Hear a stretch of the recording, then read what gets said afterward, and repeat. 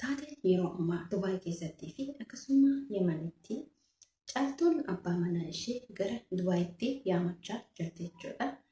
Asirratti faayoo maaltu muudate? Faayoon maal taate? Yeroo gaafii Sa'iiduu isii gaafa duratti yookiin adaamattuu yookiin baabaa een jedhama. Baawwachuun jedhama fakkaata. Sa'iiduu jechuudha. Maaltu isii mudate? Faayoo maaltu isii mudate?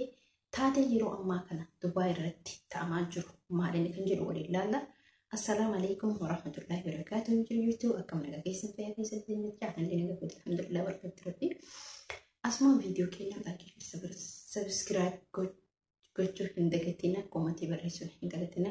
Ramadaan mubaarak bakka ramadaan rabbiin sanaa guutuutti nu ga'e ahna alii keenya wajjin akkasuma firoottan keenya akkasuma namoota jaalannu hunduma wajjin bakka ramadaan rabbiin nagaatti nu ga'e isin jedha. Hordoftoota fi kabajamtoota kiyya viidiyoon irra qabadhee isinii dhufe maaltu mudatee faayoo akkasuma taatee yeroo ammaa Dubaay keessatti ta'amaa jiru maali kan jedhu waliin ilaalla jechuudha. Yeroo ammaa kana shamarran dhiironni shamarranis ta'ee dhiiris ta'ee akkasuma immoo tuyyuu caaltuun hajjii gara Dubaayitti yaamachaa jirti. Yeroo jedhamee gaafiin faayoo gaafatamu irratti faayoo maaltu isii mudate kan jedhu waliin ilaalla jechuudha. Asirratti obboleen kiyya nuti asirraa maal hubanna maal baranna kan jedhu walumaa ilaalla jechuudha. Hordoftoota fi kabajamtoota kiyya ani waan nama dubbachuu otoo hin taane waa'ee kanarratti nuti wal gorfachuu fi akkamitti abbaa manaa keenya yookiin jaalallee keenya akkamitti qabanna kan jedhu waliin ilaalla jechuudha. Karaa nuti ittiin qabannu gaafii hedduu dubartoota san gaafatanii jira. Keessatti faayoo irratti faayoo gaafii hedduu hafla sanarratti jechuudha. Gaafii hedduu dubartoota hedduma gaafatanii kun ati dubartiin abbaa manaa ofii qabachuu qabdi, kun sirriidha rakkoon qabu haa fuudhamu jechaa turan jechuudha.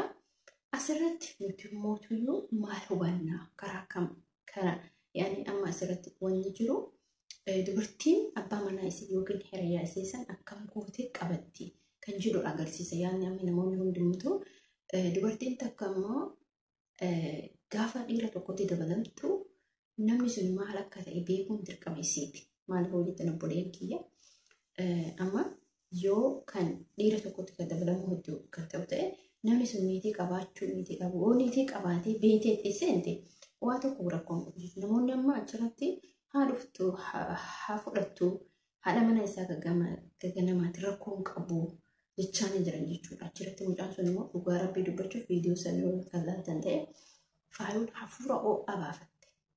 Otoo isin wanni akkana isin mudate isin maal gootu? Otoo wanni akkana godhu isin mudate maaliif asirratti sirriidha hafuura baafachuun isin aaruun isin miira keessa galaa jechuudha. Yeroo waan kana immoo beeteetti seente moo wallaalteetti seente hajjiin akka caaltuu wajjin jiru hin beektu. Hajjiin akka imaan fuudhee gadhiise hin beektu. Moo maaliif rifatte? Baay'ee rifatte. Dhugaa dubbachuuf faayoo yeroo san hafuura baafatte. Hafuura hin bahe achi keessatti namni yeroo namu hin beeksisa fuula isaatirraa beeksisa dadhabbiin isaa jechuudha. Dhiifama.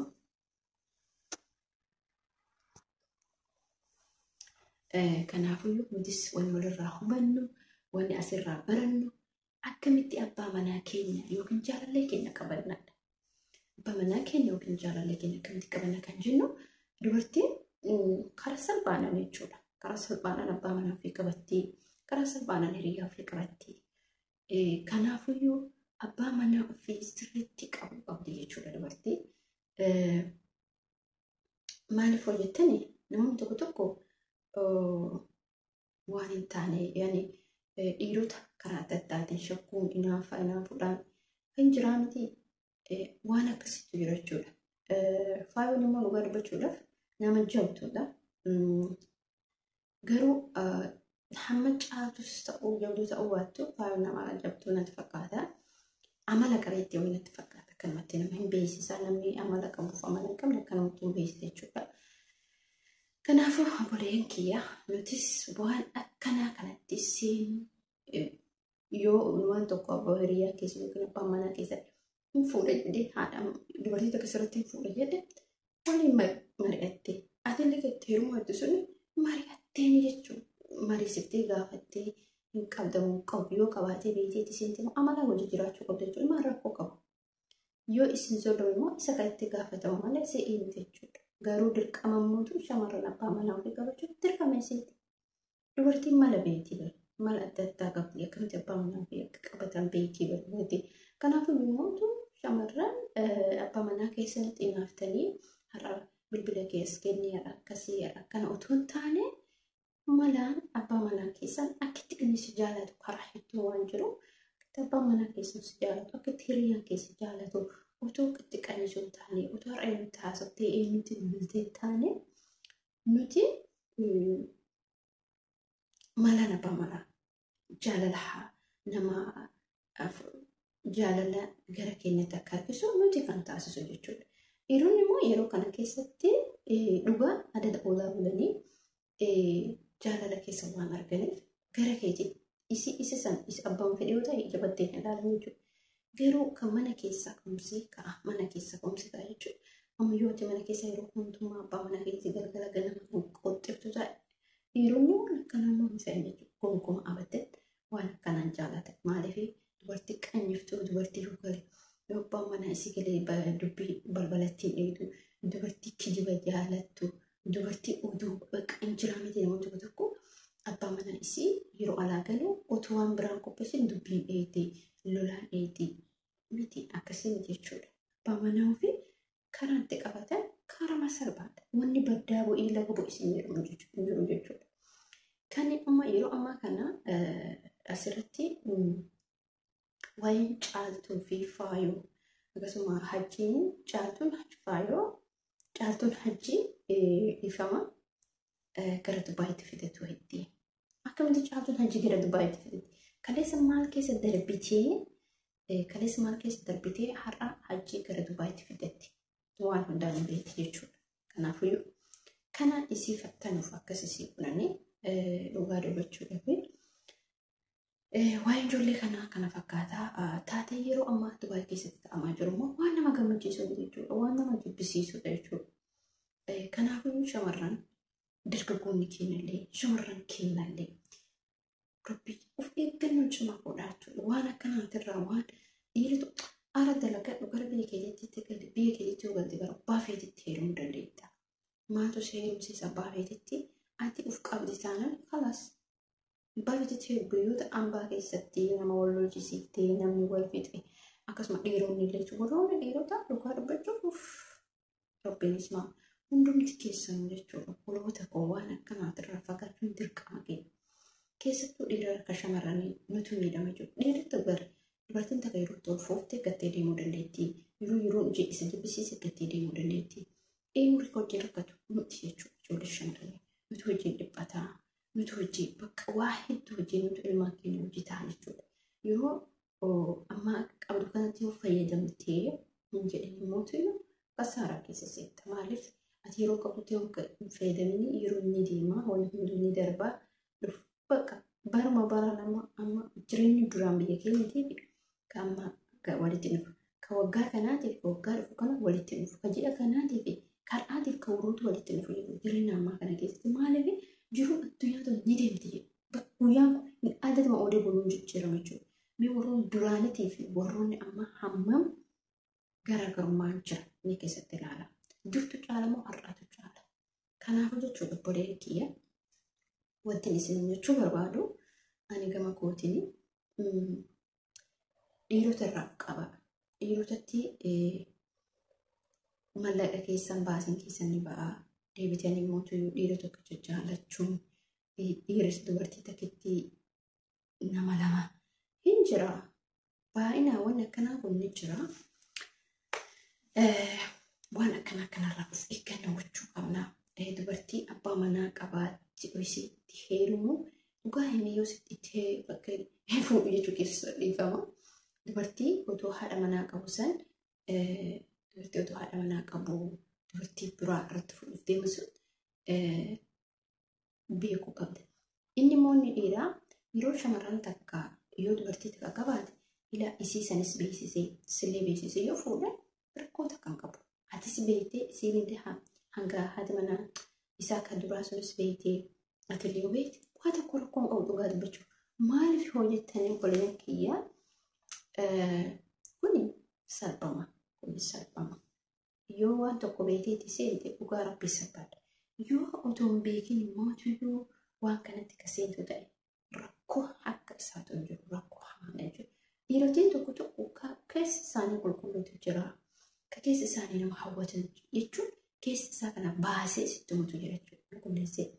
Namni akkasii sun immoo keessaa waan qabu. Yoo lola immoo afaaniin badaa ta'uu danda'a. Namoonni akkanaa kun immoo yoo keessa isaa sitti himate dhiirri akkanaa immoo bakka waa tokko sin dhiisu jechuudha. Keessa isaa sitti himate jaana fakkeenyaaf haadha manaa qaba. Siitaa natti heerumtaa? Bakka maal salphaadha. Waan nama dhiphisu, waan nama dhoksisiisu, waan nama wanta godhu qabu. Eshi siitaa natti heerumtaa? Sitti heerumuu hin danda'u ati haadha manaa qabdu jettee kalas himootu waan haadha manaatti dubartoonni masaanuu jibbaniif tokko dubbii baay'isu dubbii bakka ana caalaa isa jaalattaa ana caalaa isii gootaa kan jedhu irratti malee waa tokko maaltu dhiibbaa fide nama olmaa yoo argate ilmaan isaa dhugu jireenya isaa ofatu barbaada.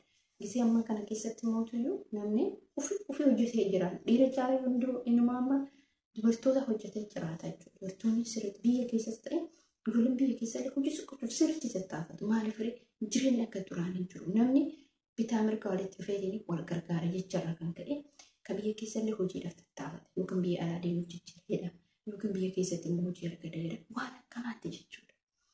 Kanaaf nuti waan tokko otoo hin beekin gaafa itti seenne gaafa otoo hin beekin itti seenne immoo baay'ee kan duraanii san jaala sammuu keenya nama jaalatu sammuu ni jibbita. Waan tokko otoo hin beekin yoo itti seente jechuudha. Gaafa immoo otoo beektu itti seente gammachuu yeroo kamuu gammachuu hin jirtu jechuudha. Dhiironni illee wanti isinitti dhaammadhu yoo haadha manaa lamataa fudhachuu heddan fuudhuu barbaaddan isii duraa saniif isii lamata fuudhu sanis wal beeksisuuf dirqama keeti. Kun sirri jira dirqama sirri jiraachuu qaba. Yoo mootiin gaafa kana jira lamaa waliin beeksisin rakkoodha.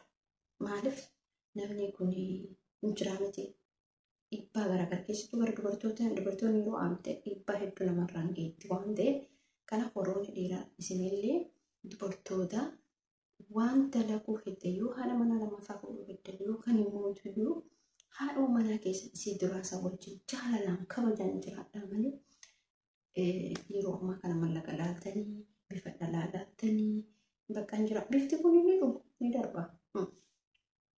Nuti kaleessa ijoollummaan keenya akkam ture har'a hoo akkam jira jechuutu namni jijjiiramu jireenya isaa keessatti namni jijjiiramu hin jiru. Hiyyoomatee kan duroomatu jira. Dureessa ta'e kan hiyyoomatu jira. Kana hubachuun dirqama keenya. Akkuma dhalannetti akkuma bareennetti hafnaan hin jiru. Akkuma duroomnetti hafnaan hin jiru. Akkuma hiyyoomnetti hafnallee hin jiru. Kun mootiin gongora guddaa. Kanaaf warroonni dhiirotaa haadha manaa keessas akkama duraasan. Amalaan jaalala midhaatti isii wajjin jiraatte ilmaan keetillee jaalala barsiiftee gaaf jira. Wallahi waan jedhu qabu. Kanaafiyyuu hordoftoota fi kabajamtoota kiyyaa waan isiniin jechuu barbaadu. Ani dhaamsi ani isinii dhaamu kanuma jechuudha. Dhaamsi ani isinii dhaamu kanuma. Viidiyoo kiyya mootiyyuu laayikii, sabiskiraayib, koomentii barreessuu hin dagatinaa. Ramadaan Mubaarak bakka rabbiin sanaa guutuu ittiin nu ga'e hiriyoota kiyya hundumaa, obboleeyyan kiyya hundumaa, nama jaalala hundumaa akkasumas asirratti wallaahi wanni dubbachuu barbaadu yeroo hundumaa dhiifama naa godhaa hordoftoota fi kabajamtoota kiyya. Viidiyoo haala jaaffee jechuudha asirratti niqaa. Please hundi keessanuu subscribe godhaa fi jajjabeessaa. Dubartii kana wallaahi lasin ani yeroo hundumaa viidiyoo isii wanti iskiriin maqaa chaanaaleesii nama maxxansa yeroo hundumaa keessa kiyya jiru jechuudha. Yeroo hundumaa hin maxxansa jedhee yaadeen ture yeroo hundumaa garuu sa'aatiin itti viidiyoo waraabu amma sa'aatiin itti idiiti godhu amma sa'aatiin gadhiisu amma sa'aatii kanatti natti fudhatee dagachuu rasiidha. Wallaahi dhiifama. Kanaafuu viidiyoo haala jaaffee please subscribe. Share, like, comment naa godhaa fi naan jajjabeessaa nama miskiinaa gara laafiitti odoo daa'ima qabaachuu baattee rakkoon qabu beekani nama daa'ima qabu otoo daa'ima qabu akkatti jettaafachuun isii ani wallaahi isin baay'ee tokko na gammachiifti nama obsa qabuuf nama amala qabu kana naa jajjabeessaa isii nama har'a sila guruppii seenu miti dhugaa rabbii dubbachuu guruppii seentee daa'ima kana yookaan wallaahi dhasii waan namatti ulfaatu maal yoo jedhan buleen kiyya guruppii hamma inni namaa walitti namuu saama inni nama cinquu ga'e kanaafuu isin daa'ima kana guddisaa hojii mana namaa hojjetaa guruppii seentee jechuun wallaahi dhasii an dhugaa dubartii jabdu isin jedhee isin jedha maal yoo jettan daa'ima kun xiqqaadha otoo guddaa ta'e rakkoon akkam qabu daa'ima xiqqaa kana qabataa hirribi isin argatu hojiin asirratti daa'ima kana guddisaa nuti ijoollee isaanii kan guddifnu haggamta ilmi isii kana isiin kan guddisaa talakoo kana qabdu please hundumti keessanuu viidiyoo isii kana laakisheessan sabiskiraab naa godhaafi isin jechuu barbaadaa asumarratti dhaaba wallaahi irra isinitti dheeressee jira viidiyoo dheeressee jira xiqqashuu isii bakka ani beeku xiqqoo si jarrillee waan jedhaniif hagasuma bakka natti achi waraaba jedhee ture komentii barreessaa laakisheessuu gochuun baratinaa please immoo namoonni maal isin jechuu barbaada waan isin jechuu barbaadu baay'ee isin jaalladha baay'ee isin kabajaa isin jechuu barbaadu wantoota kabajamtoota kiyya nagaa nyaatura hundumti keessanuu